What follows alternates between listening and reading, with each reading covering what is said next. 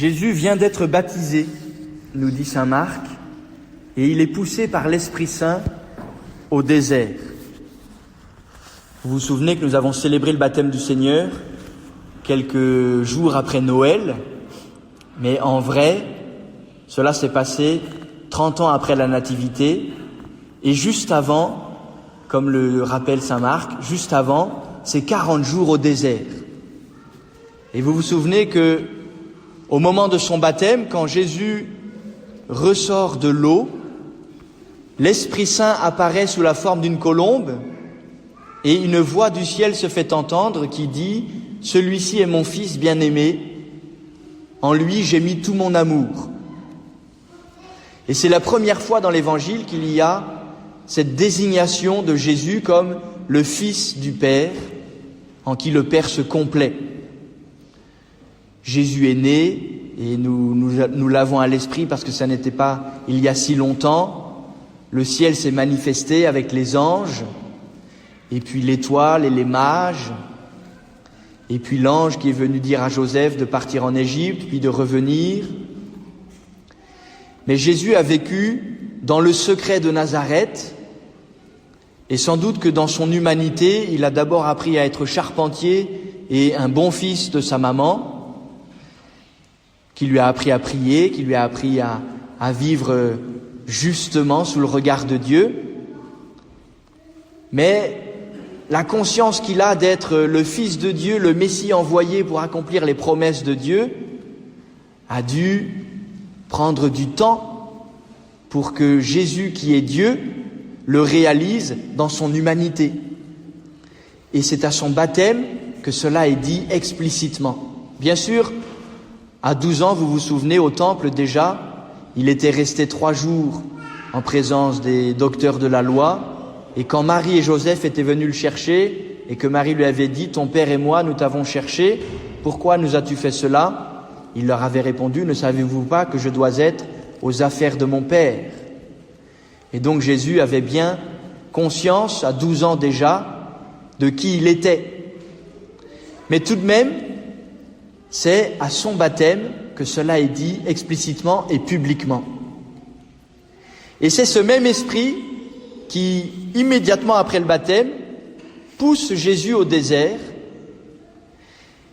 Et Jésus, au désert, sans doute, va retrouver d'une manière particulièrement intense son Père, lui dont il a entendu la voix le désigner comme son Fils bien-aimé. Ces 40 jours qui inaugurent le ministère public de Jésus ou qui le préparent sont 40 jours de prière intense où Jésus va retrouver dans le secret de sa prière son Père. Alors, frères et sœurs, puisque nous vivons le carême avec tous les chrétiens du monde entier à la suite de Jésus, tâchons de faire de ces 40 jours un temps de rencontre particulièrement intense, nous aussi, avec notre Père du ciel. Si nous allons au carême, c'est-à-dire au désert avec Jésus, c'est pour faire comme lui, retrouver notre Père, entendre cette parole qui a été prononcée sur Jésus le jour de son baptême et dont nous pouvons croire qu'elle est prononcée aussi sur chacun d'entre nous le jour de notre baptême. Tu es mon Fils bien-aimé, ma fille bien-aimée, en toi je mets tout mon amour. Et d'ailleurs, dans 40 jours, la nuit de Pâques, nous allons renouveler les promesses de notre baptême, nous allons redire la lumière pascale à la main, la foi de notre baptême, c'est-à-dire que nous sommes fils et filles de Dieu.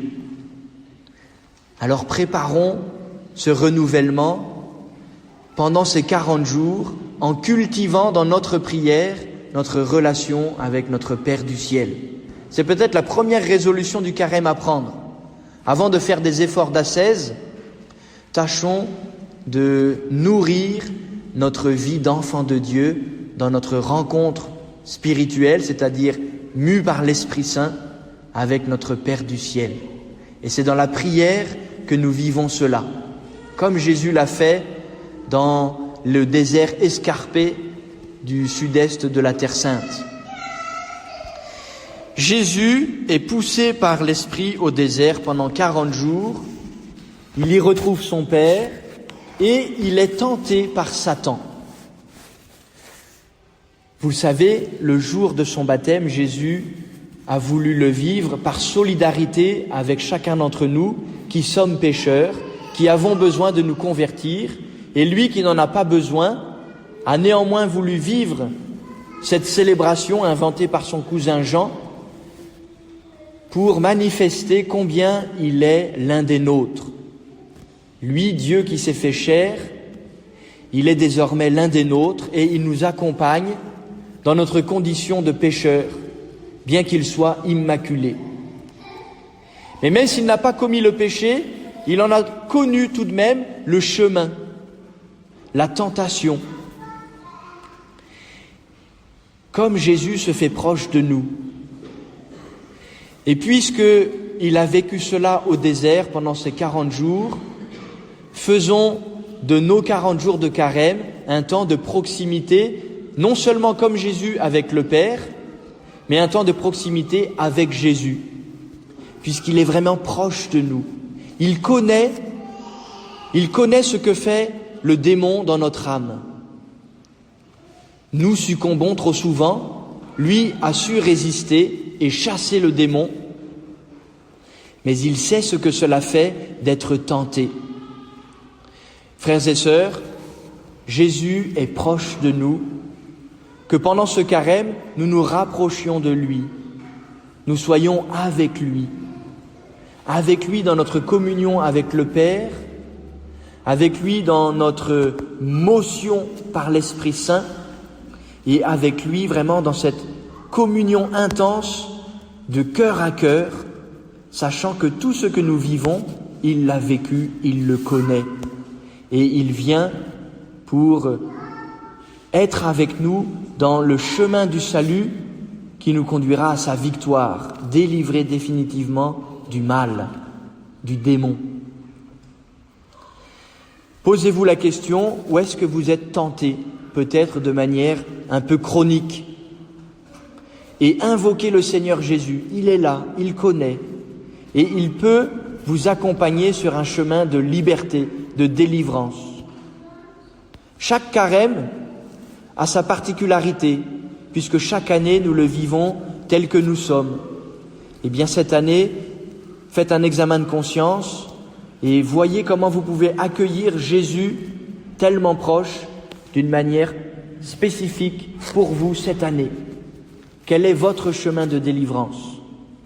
Quelle est la tentation que le Seigneur Jésus connaît avec vous et en vous pour vous délivrer du péché? Jésus vivait au désert parmi les bêtes sauvages.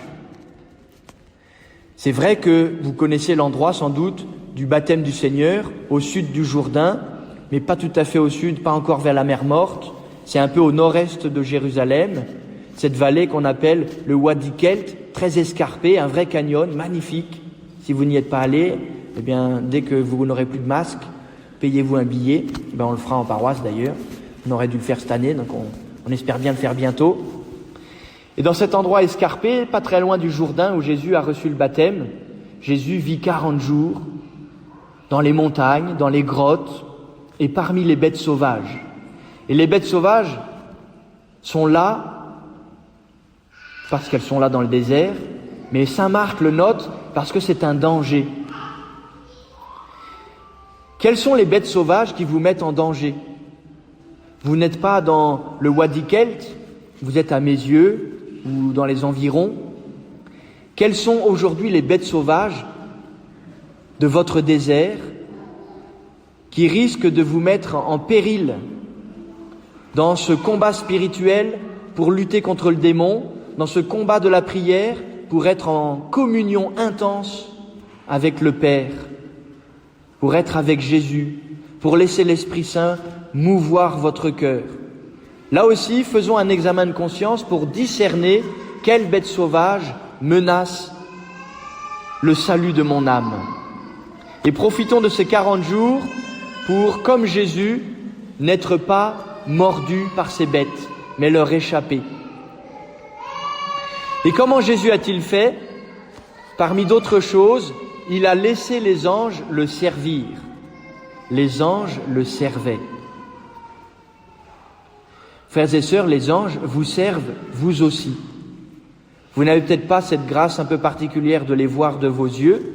Quelques-uns l'ont reçu, Jésus par exemple, sans doute, au point qu'il a dû le dire, puisque saint Marc est capable de le raconter. Nous ne les voyons pas de manière ordinaire, nos anges, mais ils sont là et ils nous servent. Est-ce que nous comptons sur leur ministère, sur leur protection? Eh bien, profitons de ces 40 jours de carême pour faire comme Jésus, nous laisser servir par les anges, qui nous gardent de la menace des bêtes sauvages et qui fortifient notre cœur pour ce que nous avons à vivre une fois que nous serons revenus du désert. Jésus a préparé son ministère public et vous savez que son ministère public l'a conduit à la croix. Les anges ont préparé le cœur de Jésus à affronter la croix. Alors demandons aux anges de nous aider à discerner quelle croix cette année je dois porter, à quelle croix je dois me préparer pour être comme Jésus, ferme, pour être comme Jésus, fidèle, et pour être avec Jésus, crucifié, afin de pouvoir avec lui ressusciter. Amen.